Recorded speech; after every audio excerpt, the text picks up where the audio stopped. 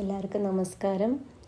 അപ്പോൾ ഇന്ന് നമ്മൾ പറയാൻ പോണത് ആരാണ് ഞാൻ, അല്ലേ? നമ്മൾ സാധാരണ ചോദിക്കാത്തൊരു ചോദ്യം. എന്നാൽ നമ്മുടെ ജീവിതത്തിൽ അപ്രതീക്ഷിതമായിട്ട് എന്തെങ്കിലും ഒരു സംഭവങ്ങളിൽ കൂടെ നമ്മൾ കടന്നു പോകേണ്ടി വരുന്ന സമയത്ത് നമ്മൾ അറിയാതെ ചോദിച്ചു പോകുന്നൊരു ചോദ്യം, അല്ലേ? അപ്പോൾ അത് നമ്മൾ ആ ചോദ്യം ചോദിക്കണമെങ്കിൽ നമ്മൾ ഏകദേശം ഒരു ഭഗവാനിലേക്ക് എത്താൻ, അല്ലെങ്കിൽ ഭഗവാനെ അറിയാൻ സമയമായി എന്നുള്ളതിൻ്റെ ഒരു തുടക്കം എന്ന് വേണമെങ്കിലും നമുക്കതിനെ പറയാം. അപ്പോൾ നമ്മുടെ ജീവിതത്തിൽ ഓരോ കാര്യങ്ങൾ എല്ലാവരെയും പോലെ അല്ല നടക്കുന്നത്, എന്തൊക്കെയോ വ്യത്യാസമായിട്ട് നടക്കുന്നു എന്ന് തോന്നുമ്പോഴാണ് നമ്മൾ ഈ ഒരു ചോദ്യം നമ്മൾ ചോദിക്കുക. എന്താണ്, ആരാണ് ഞാൻ, എന്തിനാണ് ഈ ഭൂമിയിൽ ഞാൻ വന്നത് എന്നൊക്കെയുള്ള ചോദ്യങ്ങൾ നമ്മൾ ചോദിക്കും.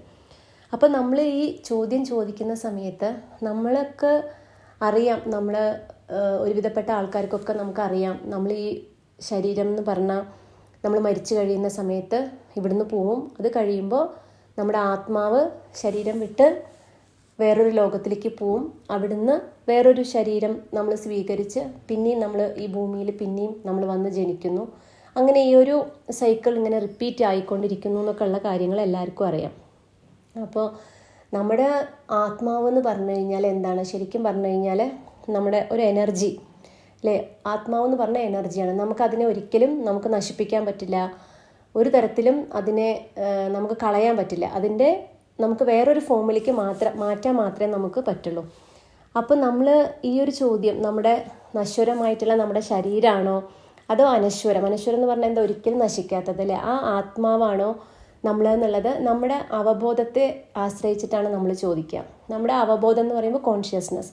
നമ്മൾ നോർമലി ഒരു ഭൗതിക ലോകത്തിലെ സാധാരണ ആൾക്കാരെ പോലെ നമ്മൾ ജീവിക്കുന്ന സമയത്ത് നമ്മൾ എല്ലാവരെയും കാണുന്ന പോലെ തന്നെ നമ്മൾ അങ്ങനെ ഒരു ആത്മാവെന്നൊന്നും നമ്മൾ ചിന്തിക്കില്ല. ഒരാളൊക്കെ മരിച്ചു, അവർ പോയി, അങ്ങനെ വരും. അതല്ലാതെ നമ്മുടെ അവബോധം നമുക്ക് കൂടുന്നതിനനുസരിച്ചിട്ട് നമുക്ക് മനസ്സിലാക്കാൻ പറ്റും എന്താണ് ഈ ആത്മാവ്. അപ്പോൾ അത് നമ്മുടെ അവബോധം കൂടുതലായാൽ മാത്രമേ നമുക്ക് കാണാൻ പറ്റുള്ളൂ. അപ്പോൾ ആ ആത്മാവ് ശരിക്കും പറഞ്ഞു കഴിഞ്ഞാൽ എവിടെയാണ് സ്ഥിതി ചെയ്യുക, നമുക്ക് കാണാൻ പറ്റുമോ ആത്മാവിനെ എന്നുള്ളത്? സാധാരണ ഒരാൾക്ക് നമുക്ക് കാണാൻ പറ്റില്ല. എന്നാൽ നമ്മുടെ ആജ്ഞാചക്രം, അകക്കണ്ണുകൊണ്ട് അത്രയും നല്ല ഉയർന്ന കോൺഷ്യസ്നെസ്സിൽ ഇരിക്കുന്ന ആൾക്കാർക്ക് എന്താണ്, നമ്മുടെ ആത്മാവിനെ കാണാൻ സാധിക്കും. അപ്പോൾ നമ്മുടെ ആത്മാവിനെ കുറിച്ച് പറയുകയാണെങ്കിൽ നമ്മുടെ ആത്മാവിൽ നമുക്ക് ശരീരം എടുത്തു കഴിഞ്ഞാൽ നമുക്കറിയാമല്ലേ, നമുക്ക് ശരീരത്തിന് കുറേ അവയവങ്ങളുണ്ട്. നമ്മുടെ കൈ, കാല്, കണ്ണ്, മൂക്ക് ഒക്കെ അങ്ങനെ പല പല ശരീരത്തിന് ഭാഗങ്ങളുണ്ട്. അതുപോലെ ആത്മാവിനും എന്താണ്, സൂക്ഷ്മമായിട്ടുള്ള 3 അവയവങ്ങളാണുള്ളത്. അപ്പോൾ അതിനെ നമ്മൾ എന്താ പറയുക വെച്ചാൽ മനസ്സ് എന്ന് പറയും, ബുദ്ധി എന്ന് പറയും, സംസ്കാരം നമ്മൾ പറയും. അപ്പം നമ്മുടെ മനസ്സ് നമുക്കറിയാമല്ലേ, മനസ്സ് എപ്പോൾ നോക്കിയാലും ചിന്തകൾ എപ്പോഴും നമ്മൾ ചിന്തിച്ചുകൊണ്ടേയിരിക്കും. നമുക്ക് നല്ലതുമില്ല ചീത്ത അങ്ങനെയൊന്നുമില്ല. ചിന്ത എന്ന് പറഞ്ഞാൽ അങ്ങനെ കണ്ടിന്യൂസ് ആണ്, തോട്ട്സ് വന്നുകൊണ്ടേയിരിക്കും. നമ്മുടെ മനസ്സിനെ നമ്മുടെ കൺട്രോളിൽ എപ്പോഴാണ് നമുക്ക് കൊണ്ടുവരാൻ പറ്റുക എന്ന് വെച്ച് കഴിഞ്ഞാൽ അപ്പം മാത്രമേ നമ്മുടെ ചിന്തകൾക്ക് ആ ഒരു വിരാമെന്ന് നമുക്ക് പറയാൻ പറ്റില്ല. കംപ്ലീറ്റ് ആയിട്ട് നമ്മുടെ ചിന്തകൾ പോയില്ല, പക്ഷെ നമുക്കൊരു കൺട്രോളിൽ കൊണ്ടുവരാൻ പറ്റുള്ളൂ. അപ്പോൾ അത് നമ്മുടെ ഈ ഒരു ആത്മാവിൻ്റെ ഒരു ഭാഗമാണ്. അതുപോലെ ബുദ്ധി എന്ന് പറഞ്ഞാൽ എന്താ, ബുദ്ധി പക്ഷേ നമുക്ക് നല്ലതാണോ മോശമാണോ എന്ന് നമുക്ക് തിരിച്ചറിഞ്ഞിട്ട് നമ്മുടെ ബുദ്ധി തീരുമാനിക്കും, അല്ലേ? ഇത് നല്ലതാണോ അത് മോശമാണോ എന്ന് നമുക്ക് ആ ബുദ്ധിയാണ് നമുക്ക് തീരുമാനം എടുക്കുന്നത്. അപ്പോൾ നമുക്ക് നല്ലതും ചീത്തയും നമുക്ക് തിരിച്ചറിയണമെങ്കിൽ എന്താണ്, നമ്മുടെ ബുദ്ധി നന്നായിട്ട് നമുക്ക് പ്രവർത്തിക്കണം. അപ്പോൾ അതാണ് ബുദ്ധി. എന്നാൽ സംസ്കാരം എന്ന് പറഞ്ഞാൽ എന്താണ്? സംസ്കാരം എന്ന് പറഞ്ഞാൽ ഇങ്ങനെ റെക്കോർഡ് ചെയ്യുന്ന പോലെ എല്ലാം റെക്കോർഡ് ചെയ്യും. നമ്മുടെ ജീവിതത്തിൽ എന്തൊക്കെ അനുഭവങ്ങളാണ് ഉണ്ടാവുകയെന്ന് വെച്ചാൽ അത് ഈ ജന്മത്തിലേന്നില്ല, ഏത് ജന്മത്തിലാണെങ്കിലും അതൊക്കെ എന്താണ്, ഈ ആത്മാവിൽ പതിയും. അത് ആത്മാവ് അപ്പം തന്നെ ഒരു ഫോട്ടോ എടുക്കുന്ന പോലെ ക്യാപ്ചർ ചെയ്യും. അപ്പോൾ നമുക്കറിയാം നമ്മുടെ ആത്മാവ് ഈ ഭൂമിയിലേക്ക് വരുന്നത് എന്തിനാണ്? കുറേ അനുഭവങ്ങൾ ശേഖരിക്കാൻ വേണ്ടിയിട്ട്. ഭഗവാൻ ഒക്കെ നമ്മൾക്കറിയാം പല അവതാരങ്ങൾ എടുത്ത് ഭൂമിയിൽ വന്നിട്ടുണ്ട്. അവരൊക്കെ ലൈഫ് എക്സ്പീരിയൻസ് ചെയ്ത് അങ്ങനെ പോയ ആൾക്കാരല്ലേ, നമ്മളും അതിൻ്റെ ഒരു ഭാഗം മാത്രം. അപ്പോൾ നമ്മുടെ ആത്മാവും ഈ ഭൂമിയിലേക്ക് വരുന്നത് എന്തിനാണ്? പല പല അനുഭവങ്ങൾ എടുത്ത് നമുക്കതിൽ ഓരോ പാഠങ്ങൾ പഠിച്ച് നമ്മൾ പോയി പിന്നെയും നമ്മൾ വന്ന്, പക്ഷേ നമ്മുടെ ആത്മാവിൻ്റെ അവസാനത്തെ ലക്ഷ്യം എന്ന് പറഞ്ഞാൽ എന്താണ്? മോക്ഷം. ഭഗവാന്റെ അടുത്ത് നിന്ന് വന്നു, ഭഗവാന്റെ അടുത്തേക്ക് തന്നെ പോകണം.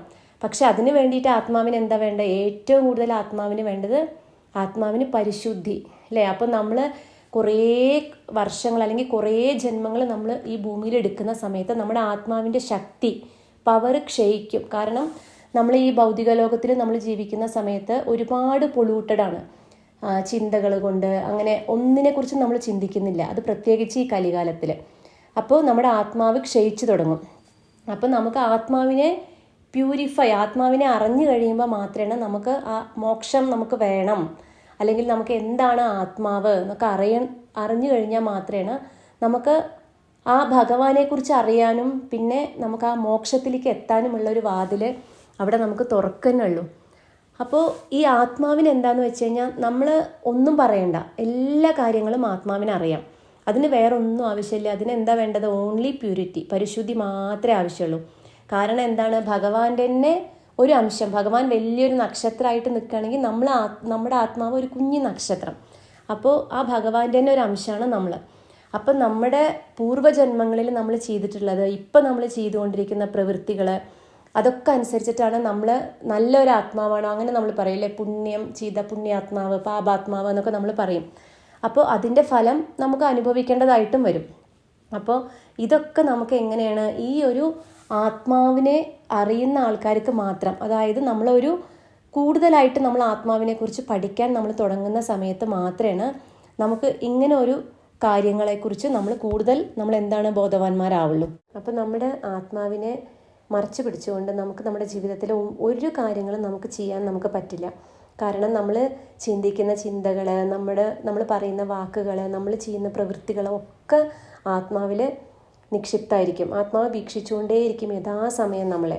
അപ്പോൾ ആത്മാവിനെ അറിഞ്ഞ ഒരാൾ എപ്പോഴും അവരുടെ പ്രവൃത്തികളിലും അവരുടെ ചിന്തകളിലൊക്കെ അവർ നല്ല ഒരു അവയർനെസ്സിലിരിക്കുന്ന ആൾക്കാരായിരിക്കും. സാധാരണ നമ്മുടെ ആൾക്കാരെ പോലെ ആയിരിക്കില്ല അവർ. അപ്പോൾ ആത്മാവിനെ അറിഞ്ഞു കഴിയുമ്പോൾ നമ്മുടെ ജീവിതചര്യകളിലും നമ്മുടെ പെരുമാറ്റത്തിലും നമ്മുടെ ആ ഒരു സ്വഭാവത്തിലും എല്ലാ കാര്യങ്ങളിലും നല്ലൊരു മാറ്റം നമുക്ക് വരും. അപ്പോൾ ആത്മാവിന് ഉള്ളിൽ ഈ റെക്കോർഡ് ചെയ്യപ്പെടുന്ന ഈ ചിന്തകളായിക്കോട്ടെ, ഈ വാക്കുകളായിക്കോട്ടെ, പ്രവൃത്തികളായിക്കോട്ടെ, എന്താണെങ്കിലും ആത്മാവിൻ്റെ ഉള്ളിൽ ഒരു പ്രാവശ്യം പതിഞ്ഞു കഴിഞ്ഞാൽ പിന്നെ അത് അവിടെ നിന്ന് പോവില്ല. അത് അവിടെ തന്നെ എപ്പോഴും ഇരിക്കും. ഇപ്പോൾ നമ്മുടെ മനസ്സിലുള്ള ചിന്തകളാണെങ്കിൽ കുറച്ച് കഴിയുമ്പോൾ നമ്മുടെ മനസ്സുകൊണ്ട് ചിന്തിച്ചതാണെങ്കിൽ അത് പോവും. പക്ഷേ ആത്മാവിൽ പതിഞ്ഞു കഴിഞ്ഞ കാര്യം എപ്പോഴും അത് അവിടെ തന്നെ ഇരിക്കും. നമ്മുടെ ജീവിതത്തിൽ ഏത് സമയത്താണോ അത് പല വികാരങ്ങളോ പല പ്രവൃത്തികളോ ആയിട്ട് പുറത്തേക്ക് വരിക എന്നുള്ളത് നമുക്ക് അറിയാൻ പറ്റില്ല. അപ്പോൾ ഓൾറെഡി നമ്മൾ പറഞ്ഞു കഴിഞ്ഞു, നമ്മുടെ ആത്മാവിൽ നമ്മൾ ചിന്തിക്കുന്ന ഓരോ ചിന്തകളും പ്രവൃത്തികളും നമ്മുടെ വാക്കുകളും നമ്മുടെ വികാരങ്ങളും ഒക്കെ നമ്മുടെ ആത്മാവിൽ നിക്ഷിപ്തമാണെന്നുള്ളത്. അപ്പോൾ ഈ ഒരു ജന്മത്തിലെ മാത്രമല്ല, ഏത് ജന്മത്തിലെ നമ്മുടെ പൂർവ്വജന്മങ്ങളിലെടുത്ത എല്ലാം നമ്മുടെ ആത്മാവിൽ ഉണ്ടാവും. അപ്പോൾ ചിലപ്പോൾ നമ്മുടെ ഇപ്പോൾ ഈ ഒരു ജന്മത്തിൽ നോക്കിക്കഴിഞ്ഞാൽ നമുക്ക് എന്തിനെങ്കിലുമൊക്കെ കാണുമ്പോൾ അകാരണമായിട്ടുള്ള നമുക്കൊരു ഭയം നമുക്ക് തോന്നും. ചിലപ്പോൾ നമുക്ക് ഭയങ്കര ഒരു ദേഷ്യമായിരിക്കാം, അല്ലെങ്കിൽ ചിലപ്പോൾ നമുക്കങ്ങനെ പെട്ടെന്ന് എന്തിനെങ്കിലും കാണുമ്പോൾ നമുക്ക് ഒരു ഭയങ്കര ദേഷ്യം. അപ്പോൾ എന്താണെന്ന് വെച്ച് കഴിഞ്ഞാൽ ഇതൊക്കെ നമ്മുടെ ഏതെങ്കിലും ജന്മങ്ങളിൽ നമ്മുടെ ആത്മാവിൽ സ്റ്റോർ ചെയ്ത കാര്യങ്ങളായിരിക്കും. എന്തെങ്കിലും ഒരു അനുഭവങ്ങൾ ഉണ്ടായിട്ടുണ്ടാവും, പക്ഷേ നമ്മുടെ പൂർവ്വകാലം നമുക്ക് ഓർമ്മ ഉണ്ടാവില്ല, നമ്മൾ മറന്നു പോയിട്ടുണ്ടാവും അത്. അപ്പോൾ അത് നമുക്ക് മനസ്സിലാക്കാൻ പറ്റാത്തത് കൊണ്ട് ഈ ജന്മത്തിൽ ഇതിങ്ങനെ വരുമ്പോൾ നമുക്ക് അറിയില്ല അതിൻ്റെ കാരണം എന്താണെന്നുള്ളത്. അപ്പോൾ ആത്മാവിനെ നമ്മൾ അറിഞ്ഞു കഴിയുമ്പോൾ നമുക്ക് ഇതിനൊക്കെയുള്ള ഒരു ഉത്തരങ്ങൾ നമുക്ക് കിട്ടും. അപ്പോൾ അതുപോലെ തന്നെ ഇനി വേറൊരു കാര്യം എന്താണെന്ന് വെച്ച് കഴിഞ്ഞാൽ നമ്മുടെ ആത്മാവിന് കുറച്ച് നല്ല ഗുണങ്ങളുണ്ട്. 7 ദൈവിക ഗുണങ്ങളാണ് നമ്മുടെ ആത്മാവിനുള്ളത്. അപ്പോൾ അത് എന്തൊക്കെ വെച്ചാൽ സമാധാനം, പിന്നെ സന്തോഷം, ജ്ഞാനം, സ്നേഹം, പരിശുദ്ധി, ആനന്ദം, ശക്തി. അപ്പോൾ ഇതൊക്കെയാണ് നമ്മുടെ ആത്മാവിൻ്റെ ഗുണങ്ങൾ. അപ്പോൾ ഇതിൽ സമാധാനം നമുക്കറിയാലോ, എപ്പോഴത്തെ ലോകത്തിൽ നമുക്ക് ജീവിക്കുമ്പോൾ ഒട്ടും എല്ലാവർക്കും ഇല്ലാത്തൊരു സാധനമാണ് സമാധാനം. അപ്പോൾ ആത്മാവിനെ നമ്മൾ മനസ്സിലാക്കി ആത്മാവിനെ നമ്മൾ അറിഞ്ഞു കഴിയുമ്പോൾ നമുക്ക് കിട്ടുന്ന ഒരു ഗുണമാണ് സമാധാനം. ഭഗവാൻ എന്ന് പറഞ്ഞാൽ തന്നെ ആ പീസിൻ്റെ എനർജിയാണ്. എപ്പോഴും ഒരു സമാധാനം അല്ലേ, ആ ഒരു എനർജി നമുക്ക് കിട്ടും. അതുപോലെ നമുക്ക് എന്താ ഉള്ളത്, പിന്നെ സന്തോഷം. എപ്പോഴും നമ്മൾ സന്തോഷമായിട്ട് നമുക്ക് ഇരിക്കാൻ പറ്റും. എപ്പോഴും ഏത് ഇതിലും നമ്മളൊരു ഹാപ്പി, നമ്മൾ അങ്ങനെ ആയിരിക്കും. എന്ന് വെച്ച് കഴിഞ്ഞാൽ നമുക്ക് ഒന്നിനോടും ഒരു ഭയങ്കര ഇതില്ല, എന്നാൽ നമുക്ക് ഒന്നിനോടും ഒരു ഭയങ്കര വിഷമങ്ങളോ എന്തെങ്കിലും നമ്മുടെ ജീവിതത്തിൽ ഉണ്ടായ ഓക്കെ, നമ്മൾ എല്ലാത്തിനും ഏകദേശം ഒരുപോലെ കണ്ട് അങ്ങനെ ഒരു സന്തോഷത്തിൽ ഇരിക്കാൻ നമ്മൾ ശ്രമിക്കും. നമുക്ക് ഒരുപാട് വിസ്ഡം, ജ്ഞാനം നമുക്ക് കിട്ടും. പല അറിവുകൾ ഭഗവാനെ കുറിച്ചിട്ടും നമ്മുടെ ആത്മാവിനെ കുറിച്ചിട്ടും നമ്മുടെ അങ്ങനെ കുറേ കാര്യങ്ങളെക്കുറിച്ച് നമുക്ക് അറിയാൻ പറ്റും. എപ്പോഴും നമുക്ക് സ്നേഹത്തിലിരിക്കാൻ പറ്റും. എല്ലാത്തിനെയും നമുക്ക് ഒരുപോലെ സ്നേഹിക്കാൻ പറ്റും. അത് മനുഷ്യന്മാരെ മാത്രമല്ല, ജീവജാലങ്ങളെയും ഈ പ്രകൃതിയെ ഇവിടെ കാണുന്ന എല്ലാത്തിനെയും നമുക്ക് ഒരുപോലെ നമുക്ക് സ്നേഹിക്കാൻ പറ്റും. അതുപോലെ നമുക്ക് പരിശുദ്ധി, നമ്മുടെ പ്യൂരിറ്റി, നമ്മൾ ആത്മാവിന് വേണ്ടിയിട്ട്, ആത്മാവിനെ പ്യുവറാക്കാൻ വേണ്ടിയിട്ട് എന്തൊക്കെ ചെയ്യുക? നമ്മുടെ ഉള്ളിൽ സാധാരണയായിട്ട് നമ്മൾ കാണുന്ന ദേഷ്യം, ഭയം, അതേപോലെ തന്നെ നമുക്ക് പലതരത്തിലുള്ള ഡൗട്ട്സുകൾ, നമ്മുടെ ആങ്സൈറ്റി, വറീസ്, ടെൻഷൻ, അങ്ങനത്തെ ഒരുപാട് കാര്യങ്ങൾ അതൊക്കെ കളയും. എന്നിട്ട് പ്യുവറായിട്ട് നമ്മുടെ ആത്മാവിനെ പ്യുവറാക്കാൻ വേണ്ടിയിട്ട് എപ്പോഴും നമ്മൾ ശ്രമിക്കും. അപ്പോൾ ആ ഒരു പ്യൂരിറ്റി ഉണ്ടാവും. അതുപോലെ ഒരു ഭയങ്കര പവർ അവരിലുണ്ടാവും. നമുക്ക് ആത്മാവിനെ അറിഞ്ഞ ആൾക്കാർക്ക് നമുക്കറിയാം, അവർക്ക് ഒന്നിനും ഒരു ഭയം ഉണ്ടാവില്ല. ആത്മാവിനെ അറിഞ്ഞ ഒരാൾ മരണത്തെ പോലും പിന്നെ ഭയക്കില്ല എന്നുള്ളതാണ്. കാരണം ആ ഭഗവാനെ ഏകദേശം അറിയുന്ന പോലെയാണ്. അപ്പോൾ പിന്നെ നമുക്ക് ഒന്നിനെയും നമ്മൾ ഭയക്കില്ല. അപ്പോൾ അതുപോലെ നമ്മൾ ആത്മാവിനെ നമുക്ക് ഇങ്ങനെ മനസ്സിലാക്കാൻ നമുക്ക് പറ്റിക്കഴിഞ്ഞാൽ നമുക്ക് ആ ഭഗവാന്റെ അടുത്തേക്കുള്ള ദൂരം പിന്നെ നമുക്ക് കുറച്ച് കുറവായിരിക്കും.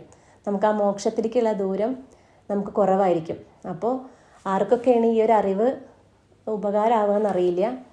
ആർക്കെങ്കിലുമൊക്കെ ഉപകാരമായിട്ടുണ്ടെങ്കിൽ ഭഗവാന്റെ ഒരു അനുഗ്രഹമായിട്ട് കരുതുന്നു. എല്ലാവരും സന്തോഷമായിട്ട് സമാധാനമായിട്ടിരിക്കുക. എല്ലാവർക്കും ഭഗവാന്റെ അനുഗ്രഹം ജീവിതത്തിൽ എപ്പോഴും ഉണ്ടാവട്ടെ. ഓം ശ്രീ രാധേ കൃഷ്ണ.